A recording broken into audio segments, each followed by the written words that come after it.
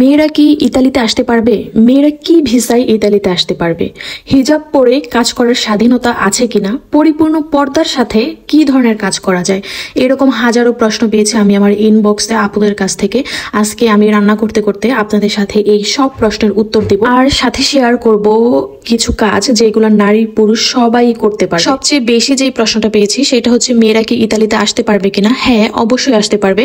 ছেলেরা যে নিয়ম কানুন মেনে ইতালিতে আসছে আপনারা চাইলেও ওইভাবে আসতে পারবেন, কিন্তু আপনাদেরকে অবশ্যই ইতালিতে যদি আপনাদের পরিচিত কেউ থাকে তার মাধ্যমে অ্যাপ্লাই করতে হবে এবং তাদের কাছেই আপনি পাসপোর্ট দেবেন, তারাই আপনার জন্য অ্যাপ্লাই করবে। অন্য কোনো দালাল চক্রের হাত থেকে অবশ্যই বেঁচে সতর্ক থেকে তারপরে কাজগুলো আপনাদেরকে করতে হবে, যাতে কোনো ধরনের কোনো অসুবিধার সম্মুখীন আপনারা না হন। এখন বলি যে মেয়েরা কি ধরনের কাজ করতে পারবে। আসলে কাজ করার আগে আপনাকে অবশ্যই ইতালির ভাষা সম্পর্কিত প্রাথমিক জ্ঞান অর্জন করতে হবে। আপনি যদি ইতালিয়ান ভাষা না জানেন তাহলে আপনাকে অনেক বেশি অসুবিধার সম্মুখীন হতে হবে, যেটা আমি এখন হাড়ে হাড়ে টের পাই। ইতালিতে কম অভিজ্ঞতা কিংবা কম ভাষাগত জ্ঞান থাকার পরেও যে সেক্টরে আপনি বেতন ভালো পাবেন সেটি হচ্ছে ফ্যাক্টরি বা কারখানা। ফ্যাক্টরি বা কারখানার কাজগুলো বিভিন্ন সেক্টরে হতে পারে এবং সেই অনুযায়ী কিন্তু তার বেতন নির্ধারণ করা হবে। তবে ফ্যাক্টরির কাজগুলোর ক্ষেত্রে মাসিক বেতন সর্বনিম্ন 1000 ইউরো, যা বাংলাদেশি টাকায় প্রায় 1,20,000 টাকার মতো আসে, আর মাসিক বেতন সর্বোচ্চ 3000 ইউরো, যেটা প্রায় 3,20,000-30,000 টাকা, মানে বাংলাদেশি টাকায় রেট অনুযায়ী যেরকম আসে আর। তারপরে আরেকটি কাজ হচ্ছে এস্থেটিস্তা বা বিউটিশিয়ান। এই সেক্টরে কিন্তু ছেলে এবং মেয়ে উভয়ই কাজ করতে পারে। এই সেক্টরে কাজ করতে হলে আপনাকে অবশ্যই সার্টিফিকেট নিতে হবে বিউটিশিয়ানের, না হলে কিন্তু আপনি এই প্রফেশনে ইজিলি চলে আসতে পারবেন না। আপনাকে ভাষাগত জ্ঞান এবং দক্ষতা দুইটাই থাকতে হবে। তারপর হচ্ছে পারকিওরে বা হেয়ার সেলুন, যেটাকে আমরা চুল কাটানোর দোকান বলে থাকি বা হেয়ার সেলুন বলে থাকি। এই সেক্টরে কিন্তু ছেলে এবং মেয়ে উভয়ই কাজ করতে পারবে। এইখানে কাজ করার ক্ষেত্রেও আপনাকে অবশ্যই সার্টিফিকেট নিতে হবে ইতালি আসার পর। বিউটিশিয়ান এবং হেয়ার সেলুনের ক্ষেত্রে সর্বোচ্চ বা সর্বনিম্ন বেতন হয়, সর্বনিম্ন বেতন যেটা হয় সেটা হচ্ছে 80 ইউরো আমার জানা মতো, এবং মাসিক সর্বোচ্চ হয় 1300 ইউরো বা 1500 ইউরো এইরকম। তারপরে আপনার জন্য যে সেক্টরটি আছে সেটি হচ্ছে কমিসা বা বিক্রয় কর্মী, সেলস ওমেন অথবা সেলসম্যান। এই কাজগুলো আপনি বিভিন্ন দোকানে করতে পারেন, যেমন কোনো ধরনের সুপার শপ অথবা কোনো জুতার দোকান অথবা কোনো ড্রেসের দোকান, এইরকম দোকানে আপনি সেলসম্যান হিসেবে নিয়োগ পেতে পারেন। এই কাজটা করার ক্ষেত্রে সবচেয়ে বেশি যে সুবিধা হচ্ছে, যারা নাকি স্টুডেন্ট ভিসায় আসে তারা কিন্তু অনেক সময় এগুলোকে পার্ট টাইম জব হিসাবে নিয়ে থাকে। তারপরে আপনি যে সেক্টরে কাজ করতে পারেন সেটা হচ্ছে বাদান্তে অথবা কেয়ার গিভার, মানে সেবাদানকারী।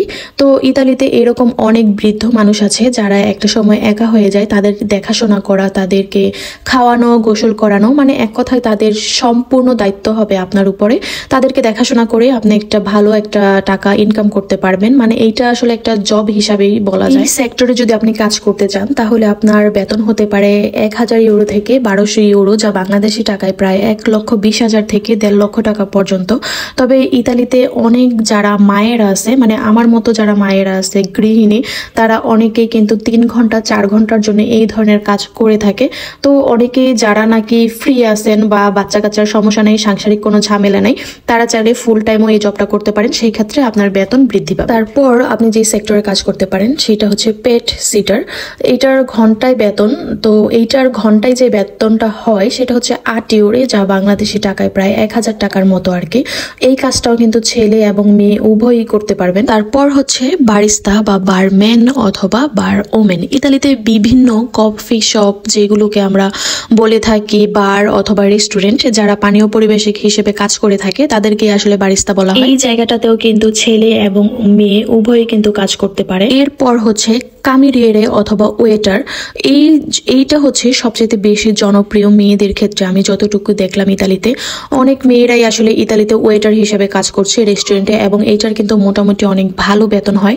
1000 ইউরো তো সর্বনিম্ন বেতন, এবং এটা কাজের ধরন বুঝে সর্বোচ্চ বেতন হয়ে থাকে। ইতালিতে রেস্টুরেন্টের কাজটা সবচেয়ে বেশি জনপ্রিয়। এই ক্ষেত্রে কিন্তু আপনি চাইলে শেফের কাজ করতে পারেন, শেফ অথবা রাঁধুনি। তো এই ক্ষেত্রে কিন্তু আপনাকে ভাষাগত জ্ঞান অনেক বেশি থাকতে হবে।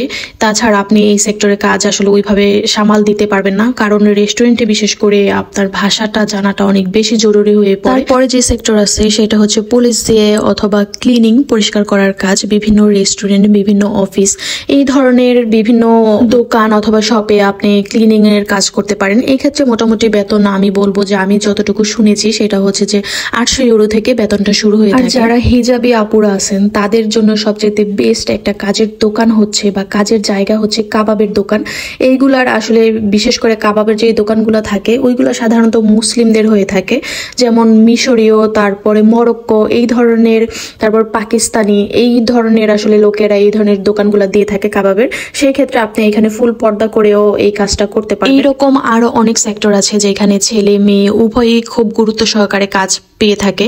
তো আমি বলবো যে আসলে চিন্তা ভাবনার কোনো কারণ নেই। আসলে আল্লাহ যদি আপনার রিজিক লিখে রাখে, ইতালিতে আপনি যদি আসতে পারেন তাহলে কিন্তু আপনার কাজের একটা না একটা ব্যবস্থা হয়ে থাকবে। তো সবাই ভালো থাকেন। আমার ক্ষুদ্র জ্ঞানে আমি যতটুকু জেনেছি আপনাদের সাথে শেয়ার করলাম। ভালো থাকেন সবাই। আল্লাহ হাফেজ।